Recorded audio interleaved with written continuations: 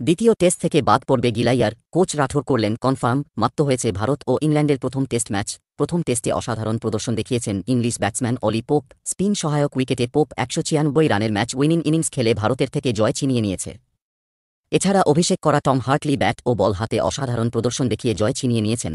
তবে ভারতীয় দল ১৯০ রানে প্রথম ইনিংসে এগিয়ে থাকলেও ভারতীয় দল তাদের নৈতিক জয় থেকে ছিল ২৮ রান দূরে। ২৩১ রান তাড়া করতে এসে ২০২ রানে পুরো দল অল আউট হয়ে যায়। ভারতীয় দলের হয়ে দুই ব্যাটসম্যান রীতিমতন খারাপ প্রদর্শন বজায় রেখেছেন। শুভমান গিল ও শ্রেয়স আইয়ারকে নিয়ে চিন্তায় রয়েছে টিম ইন্ডিয়া। দলের ব্যাটিং কোচ বিক্রম রাঠোর দুই খেলোয়াড়কে রক্ষা করেছেন এবং আত্মবিশ্বাস দেখিয়েছেন। রাঠোর দুই খেলোয়াড়কে নিয়ে বেশ আত্মবিশ্বাস প্রকাশ করেছেন। মন্তব্য করে তিনি বলেন, আমাদের দলে এমন তরুণ ব্যাটসম্যান আছেন যারা খুব বেশি টেস্ট ক্রিকেট খেলেনি, তাই তাদের সাথে একটু ধৈর্য ধরতে হবে। গিল, জয়সওয়াল এবং আইয়ারের মতো ব্যাটসম্যানরা শেষ পর্যন্ত বড় রান করতে শুরু করবে। আমি নিশ্চিত। প্রথম টেস্টের কথা বলতে গেলে প্রথম ইনিংসে মাত্র ২৩ রান বানাতে সক্ষম হয় টিম ইন্ডিয়ার তরুণ ব্যাটসম্যান শুভমান গিল এবং দ্বিতীয় ইনিংসে খাতা খুলতেই পারেননি তিনি। বর্তমানে লাল বলের ফরম্যাটে ফর্মের সমস্যায় ভুগছেন তিনি। গত ৫ ম্যাচে ৪০-এর গণ্ডি টপকাতে ব্যর্থ হয়েছেন গিল।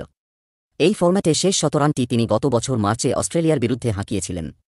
অন্যদিকে শ্রেয়স আইয়ারের কথা বলতে গেলে প্রথম ইনিংসে ৩৫ ও দ্বিতীয় ইনিংসে ১৩ রান বানান এবং দলের যখন খুব প্রয়োজন ছিল তখনই তিনি উইকেট হারান।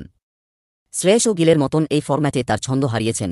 প্রথম টেস্টে সেঞ্চুরি হাঁকানো পর এখনও পর্যন্ত ১৩ ম্যাচ খেলার পরেও সেঞ্চুরি বানাতে ব্যর্থ হয়েছিলেন এবং গত ডিসেম্বরে তিনি বাংলাদেশের বিরুদ্ধে শেষ অর্ধশতরান করেছিলেন। আসন্ন ম্যাচগুলিতে এই দুই সুপারস্টারকে দেখা যায় কিনা তা সময়ই বলবে।